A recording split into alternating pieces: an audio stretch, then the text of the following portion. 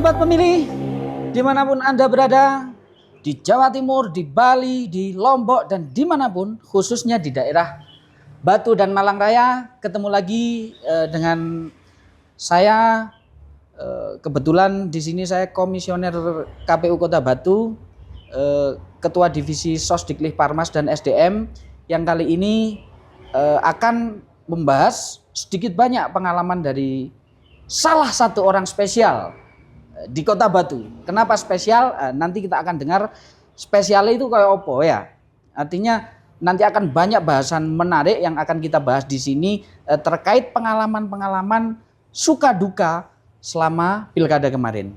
Nah, mungkin biar lebih akrab, sebelumnya kita sapa dulu Mas Edi. Oke, assalamualaikum Pak Khalil. Waalaikumsalam. Mas Edi ini salah satu PPS di Kelurahan Kota Batu, yakni Dengah of Glik. Iya. Ngaglik. Ngaglik itu salah satu kelurahan yang bisa dibilang Central City of Batu. Central City of Batu. Jadi di tengah-tengahnya pusat kota soalnya. Nah, masuk. Jadi Ngaglik ini salah satu kelurahan yang bisa dibilang itu penduduknya juga lumayan banyak. Nomor 4. Istimewa jelek. Oke, mungkin langsung saja kita perkenalkan, monggo memperkenalkan diri sendiri. Oke, sobat pemilih, selamat sore tentunya. Di kesempatan kali ini terima kasih saya diberikan sebuah kepercayaan ya untuk bisa hadir di sini dalam acara podcastnya KPU. Tentunya di Balik Pilih. Iya, masih di acara Balik Pilih. Saya hadir di sini ingin berbagi. Saya Edi Sutrisno, salah satu PPS terutama di Kelurahan Ngaglik ya. Saya sebagai Ketua PPS Kelurahan Ngaglik, Kecamatan Batu, Kota Batu. Oke. Begitu. Gimana kabarnya Mas Edi? Seperti yang panjenengan lihat, Wah. Sehat nih. Sehat tok pokoknya wis. Kabar alhamdulillah sehat. Istri masih satu? Masih satu. Anak berapa anak? 2 saja cukup. Anak 2, ya. Sama. Anak saya 2. Jadi alhamdulillah kabar bagus. Sekarang ini punya kesibukan apa, Mas? Saya ya. Kok kayak suwibu ini? Iya, super banget ya. Super. Alhamdulillah. Iya, alhamdulillah.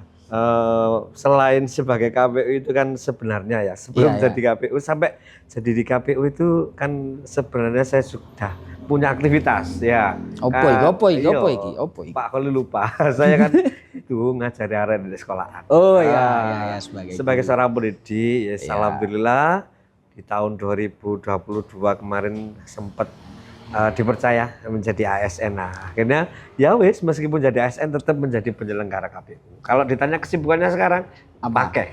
Oke. Jadi pendidik ngajar ya. Selanjutnya aktif di organisasi lah seperti biasa. Aktif di organisasi. Tapi saya ada lagi ini. Kayaknya pernah jadi MC ini atau masih jadi MC ini?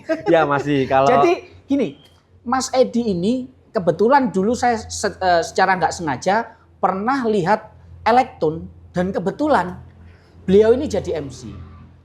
Kira-kira saya itu pengen coba Mas Edi mengeluarkan sedikit skillnya selama menjadi MC, tapi bahasannya tentang KPU.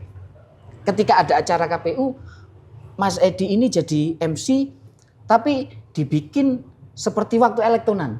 Coba gimana ini ya. Oh gitu ya. Ya. Sebentar. Masih dalam rangkaian acara sosialisasi pemilihan umum kepala daerah Kota Batu. Kali ini di acara gelaran sosialisasi Pilkada Kota Batu akan kita saksikan bersama sebuah pagelaran seni kuda lumping. Ya. Misalnya gitulah. Oke. Tema yang akan kita bahas yakni pengalaman-pengalaman menarik terkait hal-hal selama pilkada kemarin. Suka dukanya itu seperti apa? Iya. Karena kalau kita lihat itu di entah itu di IG, di Twitter, itu dulu sempat viral zaman pemilu kada. PPS itu gajinya cuma segini ya. Sekarang kita coba ulik langsung dari sumbernya langsung. Suka dukanya seperti apa? Monggo diceritakan. Terima kasih. Sebelumnya saya terima kasih ya Pak Khalil tadi ngomong duit wakil alhamdulillah saya didoain. Amin. Amin. Intinya sebagai penyelenggara itu banyak sekali cerita yang nggak mungkin saya lupakan. Nah, kok bisa jadi penyelenggara? Ya intinya kan itu aji-aji mumpung, dalam artian ingin belajar lah tentang kepemiluan. Menjadi seorang penyelenggara itu tentunya banyak sekali tantangan yang harus dilalui. Ya seperti halnya satu, masuk penyelenggara itu kan tes. Oh ya. Iya kan itu harus Iyalah, dilalui. jelas lah. Nggak mungkin bisa instan Butuh kan dites gitu. lah, iya. Ya kalau tadi bilang netizen, apa namanya? Gajinya penyelenggara itu sedikit. Kalau gajinya penyelenggara sedikit, nggak mungkin banyak yang daftar jadi penyelenggara. Oh, gitu ya? Betul ya. Buktinya kan selalu dalam tes-tes itu kan nggak lebih dari 3 lah minimal di setiap desa itu kan pingin jadi seorang PPS lah minimal begitu. Kalau dari habis PPS kan nanti pinginnya jadi PPK, karena PPK lebih gede itu bayarannya. Ya Pak Khalil ya. PPK lo ya gede. Iya, nanti Komisioner ya lo ya gede. Kalau sudah jadi PPK pasti ada teman-teman itu yang masuk berambisi jadi masuk. komisioner. Betul ya? Oke, masuk lah. Kalau suka duka ya banyak sukanya ketimbang dukanya. Kalau duka itu mesti kan karena kita dikejar target ya. Apalagi kalau dibilang pekerjaannya KPU itu kan kita ngikuti dari atasan, dari KPU kota, dari PPS ngikuti PPK, PPK iya ngikuti KPU, KPU ngikuti provinsi, provinsi ngikuti pusat. Sedangkan infonya kan selalu mendadak. Kalau teman-teman di penyelenggara bilang itu kan istilahnya instruksi KPU itu culuk bala, tapi teman-teman selama ini kan juga enak mengikuti aja meskipun dengan ritmenya yang sedemikian serwapet sekali pekerjaan penyelenggara, tapi ya buktinya teman-teman selalu menikmati dan ketawa ke TV kalau habis gajian. Saya punya pertanyaan menarik ini, Mas. Jadi tadi jenengan kan bilang PPS ngikutin PPK, PPK ngikutin KPU kota, KPU kota ngikutin provinsi, provinsi ngikutin RI. Artinya ketika ada instruksi atau aturan-aturan apapun, kadang sebelum PPS menyampaikan ke masyarakat, artinya ya sosialisasi atau apapun, itu bisa jadi instruksi dari atas, itu di kalangan tingkat bawah, itu mungkin nggak cocok. Paham maksud saya? Paham. Nah, itu ngakalinya seperti apa? Gini, yang namanya regulasi itu kan nggak bisa tetap patok bambrong gitu, nggak bisa. Mesti dinamis ya. Sedangkan aturan dalam pemilu yang saya tahu ini, kebetulan Pak Khalil mohon izin saya cerita ya. Saya ikut di penyelenggara itu tahun 2012, mulai ikut penyelenggara. Habis itu tahun 2017 mandat karena kena periodisasi. Senior ini. Suhu ini.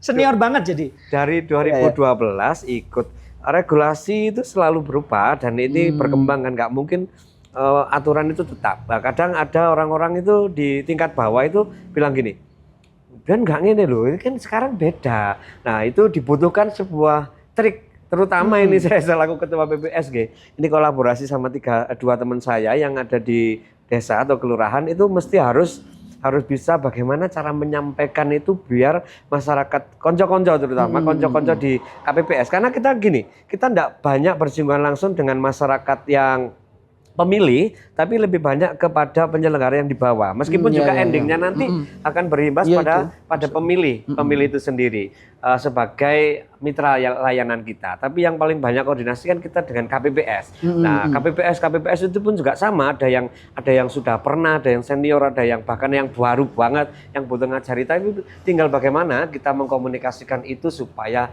teman-teman itu nggak kecewa, nggak koyok merasa terpaksa melaksanakan itu kan tinggal bagaimana kita mengolah bahasa mungkin, terus intinya cara komunikasi betul, bagaimana kita menyampaikannya itu supaya teman-teman nggak terkesan ini dikongkon, ini nggak seperti itu Pak Khalil. Pernah nggak Samen marah-marah nih KPPS atau bahkan ke anggotanya Samen? Kebetulan kan jenengan ini jadi ketua kan. Pernah nggak apakah pernah ada momen Samen sampai tukaran kalau anggota, kan ada 3, ya kan, Samen ketua, nah, yang 2 ini karena mungkin nggak cocok secara prinsip atau intinya beda pendapat lah, sampai Samen marah-marah, itu pernah nggak? Kalau marah sih itu saya nggak pernah, tapi kalau dari segi mungkin diskusi tapi model saya menegur gitu, karena dalam artian kita saling ingatkan kan ya Pak, dalam satu tim itu kan nggak ada kita yang sempurna, saya ketua bisa sendiri nggak bisa, harus ada 2 tim itu dibantu 3 sekretariat dari pihak kelurahan yang membantu kita. Kalau dengan KPPS alhamdulillah di desa saya itu termasuk teman-teman penyelenggara itu kondusif, tidak sampai ada sing anarkis lah begitu, sampai enggak, saya marah itu enggak pernah. Tapi kalau menyampaikannya dengan luwes, dengan apa itu tadi jenengan bilang komunikasi yang paling penting. Alhamdulillah sih saya rasakan kalau di Ngaglik saya enggak pernah. Tapi mungkin di teman-teman desa atau kelurahan yang lain pernah, karena ada saking keselnya mungkin enggak bisa dikandani atau apa ya bisa saja terjadi. Percaya. Tapi yang penting itu komunikasi, Pak. Kebetulan saja kalau jenengan kan tanya saya ya. Iya. Kalau saya enggak pernah. Kalau saya enggak pernah dengan Iya. teman saya enggak pernah. Tapi di periode sebelumnya itu saya pernah terjadi gesekan, dalam artian gesekan itu karena memang tidak bisa dikondisikan lagi. Misalnya seperti terjadi PAW itu kan karena memang tidak bisa dikondisikan lagi, dan kebetulan juga teman kita itu tersandung masalah aktif di partai ternyata. Oh nah iya, itu kan tidak bisa saya toleransi. ingat itu kalau nggak salah kejadian di pemilu ya. Iya di pemilu. Kan Kalau itu. nggak salah Mas siapa itu? Oh iya Pak Mr. Ikhlas Iya, gitu. ada. Jadi dulu di Kelurahan Ngaglik itu kalau nggak salah ada permasalahan terkait akhirnya di PAW kan. Iya kan itu tidak bisa ditoleransi kan ya, soalnya ya begitulah pokoknya seneng tok intinya. Seneng tok ya. Nah, itu kan salah satu. Saya yakin sebenarnya ada banyak sekali. Sebentar, saya boleh potong ya? Oh, monggo. Tadi Pak Kolil bilang duka. Kalau Oh tadi iya, kebetulan duka. saya Seneng tok ceritanya ini, suka mau aja. ya. Dukanya itu yaitu kalau kurang tidur. Pasti besoknya, apalagi saya pekerjaannya kan di dinas Oh ya, ya, maksudnya formal, pendidikan Iya. formal. Jadi pagi itu kan harus bangun pagi. Ketika malam di KPU kerjanya itu 25 jam bisa jadi. Saya potong. Jadi gini, teman-teman. Jadi di kalangan internal KPU itu ada slogan yang cukup unik. Jadi ketika tahapan kita selalu ngomong ke istri itu, tanya ke kita bukan balik jam piro, mulai apa enggak? Jadi bukan nanti pulang jam berapa ya? Tapi pertanyaannya, ya pulang apa enggak? Artinya gitu. Apakah itu juga terjadi di kalangan PPS? Gini, di beberapa mungkin ya teman-teman, tapi saya sekali lagi ini kan kita sharing pengalaman pribadi. Kalau saya ya, alhamdulillah itu saya itu termasuk orang yang ngerti, dan kebetulan dari awal kita komitmen. Saya itu wong organisasi loh ya. Saya ngambil keputusan ini resikonya dulu sebelum menikah pun dia tahu kalau saya penyelenggara, dan jadi ketika seperti ini pun paling kok malam gitu ada. Terus gini, yang penting sebagai penyelenggara itu teman-teman, mohon maaf yang di rumah ya, yang pengen jadi penyelenggara, dari awal itu harus disampaikan komunikasi dengan pihak-pihak terkait, keluarga, pacar atau siapa gitu.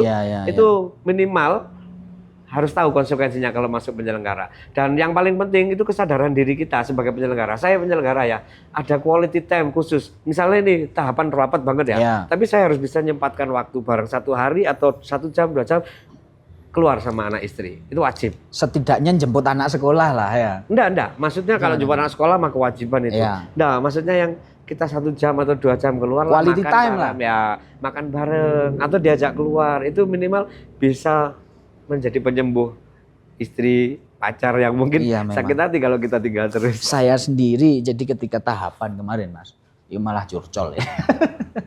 Saya itu sempat dimarahi sama istri. Tapi kalau istri sudah paham. Anak saya, kebetulan anak saya itu kan saat itu masih kelas 2 SD. Jadi tidur itu kalau nggak sama ayahnya anak saya nggak bisa. Nah, ketika tahapan itu, sesibuk apapun, contoh di sini kita ada kegiatan. Saya selalu mencoba untuk meluangkan waktu rakitang setengah jam, rakitang 15 menit, itu pulang cuman ngeloni anakku turu Mas. Ya itu. Ketika sudah tidur, tak tinggal lagi. Ya. Bo jam 10 malam, jam 9 malam kalau di sini masih ada sesuatu hal yang perlu diselesaikan, saya mesti balik. Tapi setidaknya saya pulang dulu. Dan saya yakin teman-teman PPS juga merasakan itu. Semua pasti punya cerita. Ya minimal anak kita itu udah sampai lali sama bapak. Iya. Karena gini Mas, kalau ngomong pas tahapan, saya yakin PPS, KPPS itu bisa jadi ujung tombaknya KPU Mas. Benar. Dan aku yakin kok bukan hanya 25 jam, bisa 30 jam Mas. Iya. Karena dulu saya juga pernah jadi PPS kebetulan. Ya, betul. Jadi ketika ada hal-hal sesuatu yang mungkin kebijakan yang seharusnya turun ke masyarakat itu mungkin secara kearifan lokalnya nggak cocok. Itu tugasnya siapa? Ya tugasnya jenengan kan. Iya, betul. Jadi sing rayu, menjelaskan, jadi memodifikasi aturan-aturan tanpa merubah ya di sini ya. Memodifikasi aturan agar itu cocok untuk kearifan lokal. Itu tugasnya sampean kan? Iya, gini Pak Kolil. Itu kesulitan. Meminimalisir konflik lah. Iya, Nah, iya. jadi kan gitu, meminimalisir konflik. Kalau kebijakannya itu terlalu baru kan mungkin kayak gitu ya. Terus terlalu memberatkan kan itu kadang kan karena mendadak itu tadi malah memberatkan kan seperti kita ya. Instruksinya begini harus begini dalam waktu besok pagi harus sudah selesai deadline. Nah, itu kan bagaimana kita mencikapinya saja, tapi ya dinikmati aja wis pokok. Tapi aku kan gak tahu ngamuk ning sampean tuh Mas. Paling ya lek rada anu ya kudu disindir-sindir enggak hanya sampean semuanya lah. Lo gak mau jenenge atasan ya harus begitu.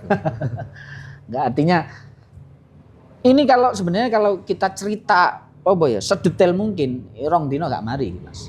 Betul. Ini hanya sebatas suka duka. Mungkin saya akan berlanjut ke pembahasan selanjutnya. Sampean kan jadi penyelenggara itu sudah mulai 2012 Mas ya. 2012 terus berhenti 2 tahun. Anggap berarti dihitung 2014. 2014 sampai sekarang 2024 lah kemarin ya. Ya. 2024 lah. Berarti 10 tahun Mas ya. 10 tahun. Sampean kok bisa tahan sampai jadi penyelenggara itu selama 10 tahun.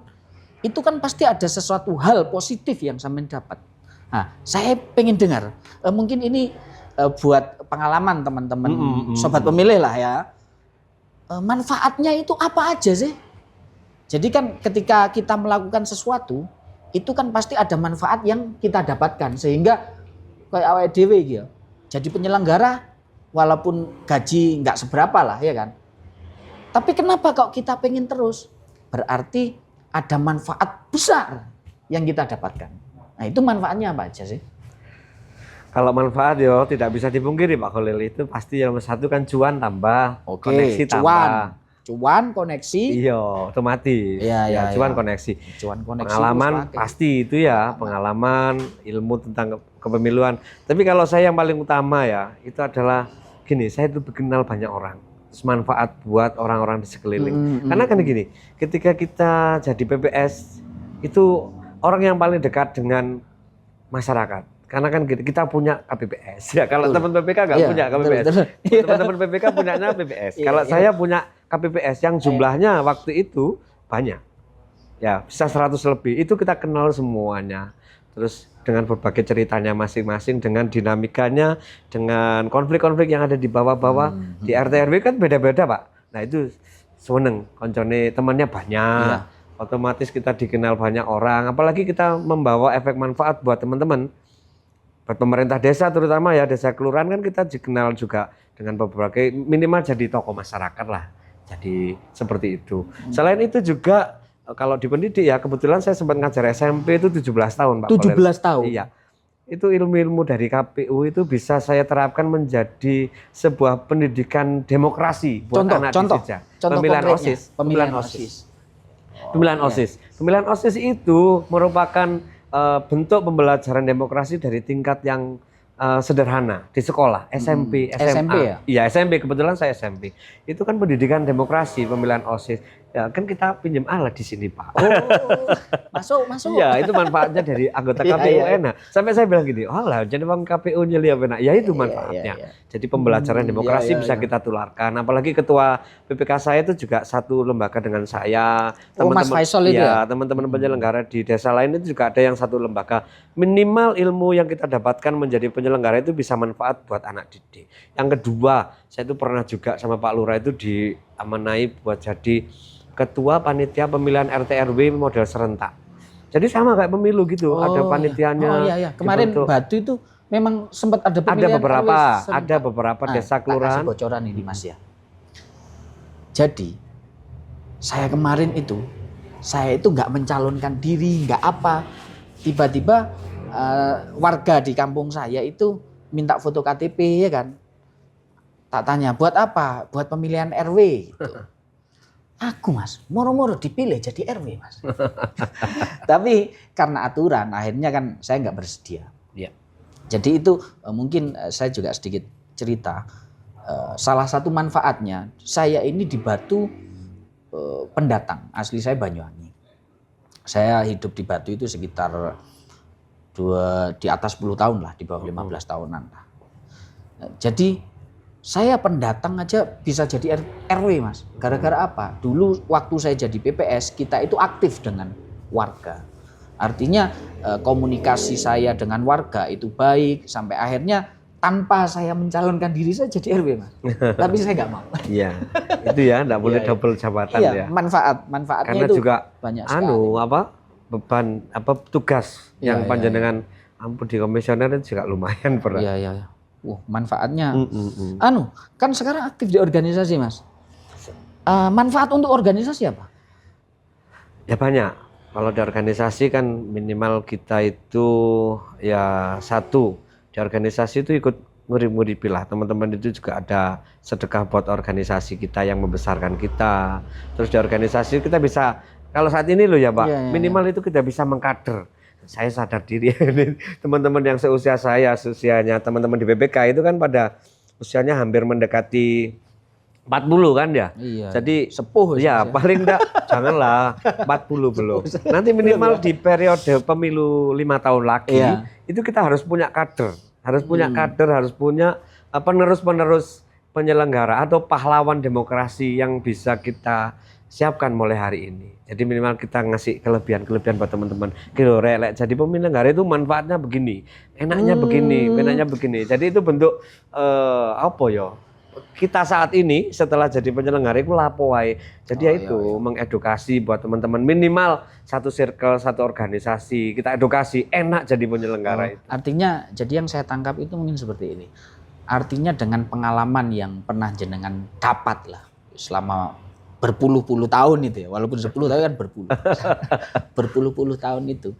Jenengan bisa mengaplikasikan ke organisasi sampean. Ya.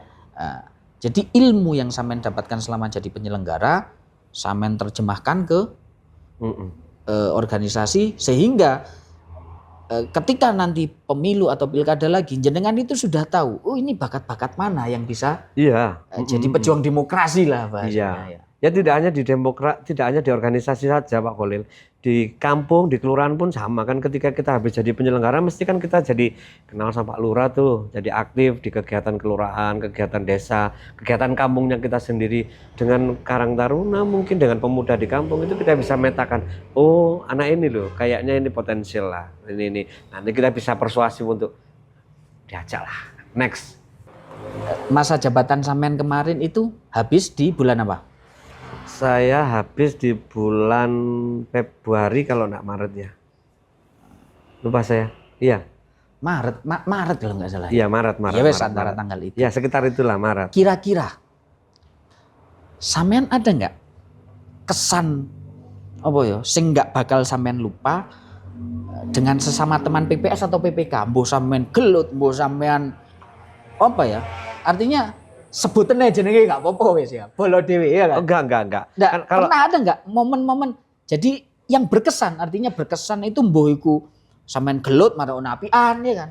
Artinya ada nggak kesan yang nggak akan sampean lupakan dengan penyelenggara yang lain selama sampean jadi PPS itu? Gini, prinsipnya kan kebetulan saya tidak pernah berkonflik yang sampai berkontok gitu. Iya, berarti ini konteksnya bukan konflik. Sesuatu hal yang sangat berkesan. Yang sangat berkesan. Semuanya berkesan Pak Kholil. Kalau saya itu mulai dari kita rekrutmen, di promo, orientasi tugas sampai mungkin yang begini, yang mungkin tidak bisa lupa kalau kita sudah nggak jadi penyelenggara itu adalah lembur setiap hari. Itu yang nggak bisa lupa. Oke, saya potong dulu.